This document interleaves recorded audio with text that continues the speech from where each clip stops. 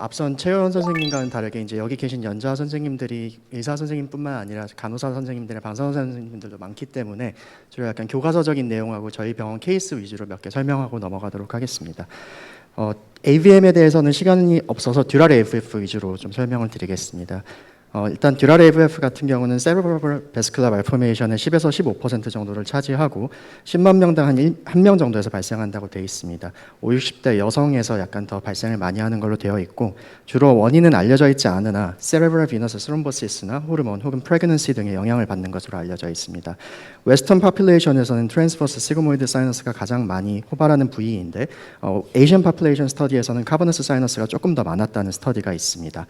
사이너스가 모종의 이유로 오클루전이 되고 세레브럴 비너스 퍼퓨전이 떨어지면서 듀럴 사이너스로 가는 메닌지얼 아터리에 안지오제네시스가 촉진되고 패솔로지컬 션트가 형성이 되는 게 듀럴 AVF의 패소피지올로지라고 할 수 있습니다. 크게 클래시피케이션은 고전적으로 보덴 클래시피케이션과 코나드 클래시피케이션으로 나눌 수 있고 보덴 타입 1은 파란색으로 표시된 것처럼 비나인 네이처를 보입니다. 그래서 그 오른쪽에 보시는 보덴 타입 1에서 사이너스 드레인지만 있고 코티컬 비너스 리플럭스가 없는 것을 보덴 타입 1, 그리고 2 이상부터는 사이너스 드레인지뿐만 아니라 코티컬 비너스 리플럭스가 있는 것을 보덴 타입 2 혹은 코티컬 비너스 리플럭스가 있는 것은 보덴 타입 3라고 합니다. 어그레시브 타입에서는 주로 헤머리지 리스크가 높기 때문에 즉각적인 치료를 요한다고 되어 있습니다.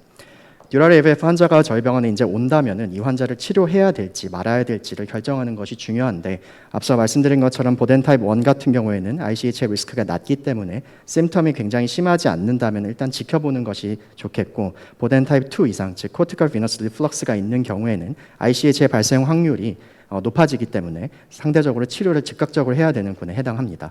근데 보덴 타입 2 이상에서도 심텀이 동반된 코티컬 비너스 리플럭스가 있는 경우에는 심텀이 없는 보덴 타입 2나 3에 비해서 ICH의 리스크가 5배 정도 높아지기 때문에 보다 더 적극적인 치료를 해야 된다고 알려져 있습니다.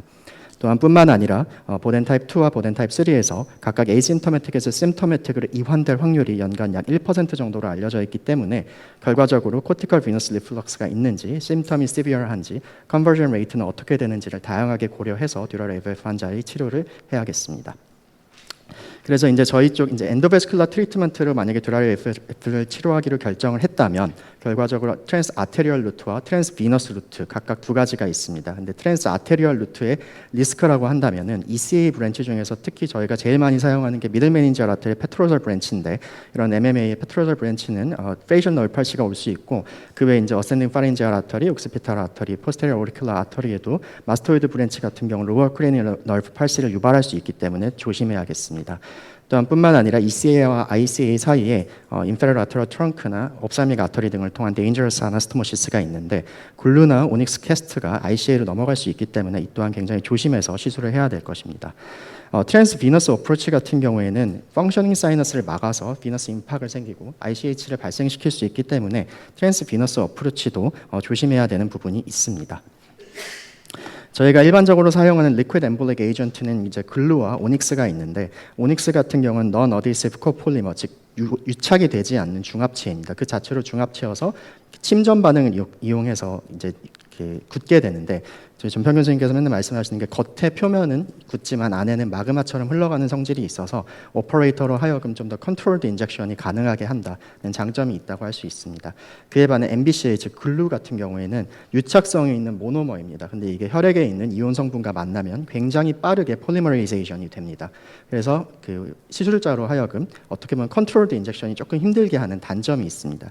그래서 현재는 이 오닉스를 글루 대신해서 사용하고 왼쪽에 보시는 18 오닉스가 유로에서 사용하는 그 3, 4 오닉스는 비세랄에서 사용하는 오닉스입니다. 그래서 이제 트랜스버스 시그먼드 사이너스 듀랄 AVF로 좀 넘어가서 각각의 심텀은 뭐 티니투스로 주로 내원을 하고 헤데이크나 스피치 랭귀지 프로블럼스들이 있습니다. 엔도베스큘라 어프로치는 미들 메닌지얼 아터리, 옥시피탈 아터리를 주로 고려하고 만약에 non functioning 사이너스라면 트랜스 비너스 어프로치도 고려해 볼 수 있겠습니다. 교과서적으로는 엔도베스큘라 트리트먼트 감마 나이프 오퍼레이션의 큐어 레이트가 거의 대동소이하게 비슷하다고 나와 있는데 그 만약에 환자의 심텀이 굉장히 심하고 ICH가 있고 코티컬 비너스 리플럭스가 있으면은 레이턴스 피리어드가 있는 감마 나이프보다는 엔도베스큘라 트리트먼트를 1차적으로 고려해야겠습니다. 케이스 좀 몇 개 보여드리겠습니다. 트랜스비너스 어프로치를 한 케이스이고 이 환자 같은 경우는 옥시피탈 아터리, 포스테리어 오리큘러 아터리, 미들 메닌지 아터리, 페트로절 브랜치에서 가는 레프트 트랜스버스 시그모이드 사이너스의 듀랄 AVF가 있습니다. 코티컬 비너스 리플럭스도 있었고 비너스 페이즈에서 보시면 레트로그레이드 사이너스 드레이니지가 되면서 코티컬 비너스 리플럭스가 있는 코나드 타입 2AB의 듀랄 AVF입니다. 그리고 왼쪽 시그모이드 사이너스와 인터널 주글라 베인은 non functioning 사이너스였습니다. 이 환자 같은 경우는 옥시피탈 아터리와 포스테리어 오리큘러 아터리가 굉장히 fine feeder에 의해서 패솔로지컬 사이너스로 가기 때문에 트랜스 아테리얼 어프로치보다는 트랜스 비너스 어프로치가 용이할 것으로 생각을 하여 반대쪽 사이너스를 통해서 마이크로 카테터를 패솔로지컬 사이너스를 넘기고 코일을 통해서 패솔로지컬 사이너스를 막았으며 이후 중간 엔지오상에서 여전히 듀랄 AVF가 남아 있어서 오닉스를 이용해서 남은 패솔로지컬 션트를 막는 모습입니다. 보시면은 옥시피탈 아터리 파인 피더뿐만 아니라 코티컬 비너스 리플럭스 일부에도 오닉스 캐스트가 잘 가고 있는 거 확인이 됩니다. 네, 그래서 거의 near complete obliteration이 돼서 시술 마무리했던 케이스인데 미들 매니저와 페트로절 브랜치 일부가 서플라이하고 있는 게 남아 있습니다. 근데 이게 워낙 거의 대부분 막혀 있고 혹시 미들 매니저 아터리를 이 페트로스 본 쪽에 잘못 건드렸다가 페이셜 널 팔시 등의 우려가 있기 때문에 시술은 이쯤에서 종료했던 케이스가 되겠습니다. 두 번째는 트랜스 아테리얼 어프로치 마찬가지로 옥시피탈 아터리와 포스테리어 오리큘러 아터리, 미들 매니저 아터리에서 서플라이되는 듀랄 AVF가 있는데 코티컬 비너스 리플럭스가 굉장히 좀 액탁틱하게 늘어나 있습니다. 그리고 사이너스는 오클루전 되어 있는 코나드 타입 4, 즉 굉장히 어그레시브한 듀랄 AVF 피처를 보이고 있는 환자였고요. 비너스 페이스에서 비너스 퍼퓨전이 떨어져서 비너스 하이퍼텐션도 걸려 있는 환자였습니다. 이 환자 같은 경우는 옥시피탈 아터리가 비교적 두꺼웠기 때문에 옥시피탈 아터리를 이용해서 오닉스 엠볼리제이션을 계획을 하였고 셉터 벌룬이라는 듀얼 루멘 벌룬, 즉 하나의 루멘은 벌룬을 이용해서 하나의 루멘은 플러싱 용도로 사용하는 벌룬이 있는데 이 벌룬 카테터를 이용해서 오닉스 엠볼리제이션을 시행하였습니다. 그래서 앞에는 벌룬을 이용해서 오닉스 캐스트가 리플럭스 되는 것을 막고 오닉스 캐스트는 디스탈에 피스툴라 있는 대로 잘 가서 컴플리트 오블리트레이션 되었던 케이스입니다. 두 번째 케이스입니다. 트랜스 아테리얼인데 이 경우는 앞선 케이스와 조금은 다르게 옥시피탈 아터리, 미들 메닌지 아터리 그리고 포스테리어 오리큘러 아터리가 모두 다 두꺼워져 있습니다. 그리고 펑셔닝 사이너스 그리고 코티컬 비너스 리플럭스도 있었고 펑셔닝 사이너스, 즉 안테그레이드 사이너스 드레인지가 있는 코나드 2B였습니다. 트랜스 비너스 어프로치를 하게 된다면 사이너스가 오클루전 되는 위험이 있어서 비교적 두꺼운 옥시피탈 아터리, 미드메인지 아터리, 포스테리어 오리큘러 아터리 모두를 엠볼리제이션 계획했던 케이스입니다. 그래서 각각에 대해서 셀렉션해서 오닉스 엠볼리제이션을 하였습니다. 네, 두 번째로 카보나스 사이너스 듀랄 AVF입니다. 카보나스 사이너스 듀랄 AVF는 크게 심텀은 세 가지로 분류할 수 있습니다. 카보나스 사이너스의 크레니얼 너브가 눌려서 발생하는 카보나스 심텀, 그리고 오비탈은 수페리어 옵사미క్ 베인이 늘어나서 생기는 오비탈 심텀, 그리고 비전이 떨어져서 생기는 오클라 심텀이 그것입니다. 앞선 코나드나 보덴 클래시피케이션보다는 해당 부위에서는 그 서스 클래시피케이션을 주로 잘 사용을 하는데 서스 클래시피케이션에 따르면 프롤리퍼레이티브 페이스는 ECA 멀티플 피더와에 의해서 서플라이가 되는 듀랄 AVF와 더불어 수페리어 옵사믹 베인과 임페리얼 페트로절 사이너스의 안테그레이드, 레트로그레이드 드레인지가 모두 있는 혈역학적으로 굉장히 액티브한 스테이지의 듀랄 AVF를 일컫습니다. 이제 이게 리스트릭티브 페이즈가 되면은 피더는 조금 더 감소하지만 레트로그레이드 드레인이지 이 경우에는 수페리어 페트로절 사이너스 통해서 갈렌 스트레이트 사이너스로 드레인지되는 환자인데 이와 같이 아테리 피더는 조금 더 감소하고 레트로그레이드 사이너스가 드레인지가 되는 것이 리스트릭티브 페이즈. 그리고 그 다음에 레이트 리스트릭티브 페이즈로 가면은 카보나스 사이너스의 피더는 이전보다 훨씬 더 감소하였고 주로 수페리어 옵사미 베인으로 리플럭스가 있고 혹은 SMCV로 리플럭스가 있는 케이스를 일컫습니다. 이렇게 레이트 리스트릭티브 페이즈로 갈수록 환자가 호소하는 증상은 조금 더 시력이 안 보인다. 원래는 카보나스 심텀에서 오큘라 심텀으로 조금 더 변해가는 경향이 있습니다. 그래서 이제 환자를 EVT로 치료를 하게 된다면 고려해야 될 것이 카보나스 사이너스는 스폰테니어스 리그레이션 레이트가 문헌마다 다르긴 하지만 10에서 52%까지 보고가 됩니다. 그래서 환측의 반대측 손을 이용해서 환측을 누르는 카로티드 매뉴얼 컴프레션만으로도 증상이 호전을 보이는 경우가 종종 있습니다. 하지만 그럼에도 불구하고 증상이 호전되지 않았다면 심텀과 시비얼 패턴 앞선 나온 내용과 마찬가지로 해당 사항 등을 고려해서 치료를 해야겠고 교과서적으로는 엔도베스큘라 트리트먼트가 일단은 퍼스트 라인 세라피로 아직까지는 되어 있는 것으로 알고 있습니다. 추가적으로 그게 실패한다면 어정티브하게 감마 나이프를 고려해 볼 수 있겠습니다. 되겠습니다. 트랜스 아테리얼보다는 트랜스 비너스 어프로치를 훨씬 더 선호를 하고 IPS를 통해서 카버너스 사이너스로 접근을 하는데 이것이 용이하지 않을 경우에 빨간색으로 표시된 페이셜 베인과 슈퍼피셜 템포럴 베인 혹은 실비안 베인 등을 이용해서 대체 루트를 사용해 볼 수도 있겠습니다. 네, 저희 병원 케이스 몇 개 보여드리겠습니다. 앞서 말씀드린 카버너스 프롤리퍼레이티브 페이즈의 카버너스 사이너스 듀랄 AVF이고 비너스 페이즈에서 보시면은 어센딩 파린지얼 아터리뿐만 아니라 ECA 멀티플 피더에 의해서 서플라이가 되고 이게 파란색으로 표시된 게 수페리어 옵사믹 베인인데 수페리어 옵사믹 베인이 늘어나 있으며 인페리어 페트로설 사이너스를 통한 드레인지도 있는 전형적인 프롤리퍼레이티브 페이즈의 카버너스 사이너스 듀랄 AVF였습니다. 해당 환자 같은 경우에는 비너스 어프로치를 이용해서 하나의 마이크로 카테터는 수페리어 옵사믹 베인, 또 하나의 마이크로 카테터는 인페리어 옵사믹 베인에 위치시킨 후 수페리어 옵사믹 베인에서 코일을 이용해서 수페리어 옵사믹 베인을 엠볼리제이션 하였고 마이크로 카테터 킥백된 거를 이용해서 카버너스 사이너스까지 엠볼리제이션 하는 모습입니다. 이후 엔지오를 했더니 여전히 약간의 피스툴라가 남아 있어서 오닉스를 이용해서 패솔로지컬 션트뿐만 아니라 인페리어 페트로설 사이너스로도 약간 오닉스가 흘러간 거 확인이 가능합니다. 이 환자 같은 경우는 케모시스와 엑소프사무스로 내원을 했는데 치료한 이후에 증상 호전돼서 퇴원한 환자가 되겠습니다. 엔지오그래픽하게도 컴플리트 오블리터레이션을 보였습니다. 두 번째 케이스입니다. 이 환자 같은 경우에는 카버너스 사이너스로 가는 피더는 이전 케이스보다 적지만은 보시면은 스페노파라이탈 사이너스에서 실비안 베인으로 리플럭스가 캐필러리 페이즈에서 있었습니다. 이 환자 히스토리 같은 경우는 1년 전에 타원에서 감마나이프로 치료를 받았는데 증상이 지속되는 것을 주소로 저희 병원으로 내원을 한 환자입니다. 그래서 엔지오그래픽하게는 리스트릭티브 페이즈의 카버너스 사이너스 듀랄 AVF가 되겠습니다.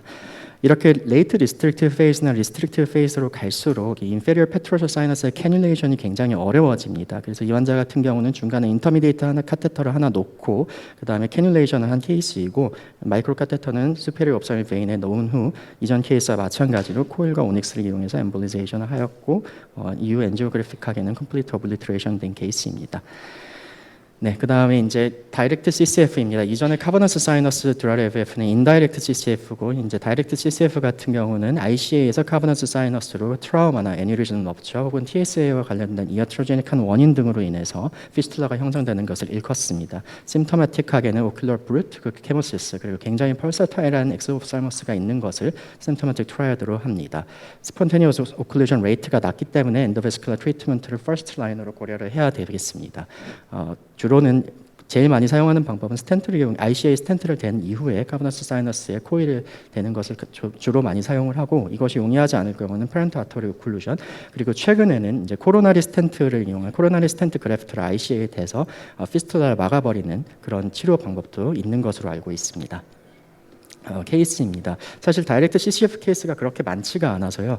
일단 이 케이스 같은 경우는 카버너스의 그 버티컬 세그먼트 뒤에 보면은 이런 애뉴리즘 컨투어가 있습니다. 여기가 딱 퍼시스턴트 트리지미널 아터리가 나가는 위치인데 이 퍼시스턴트 트리지미널 아터리 애뉴리즘이 럽처돼서 생긴 다이렉트 CCF 케이스입니다. 비너스 페이스에서 보시면 수페리어 옵사믹 베인과 IPS가 모두 있어서 다이렉트 CCF로 진단된 케이스가 되겠습니다.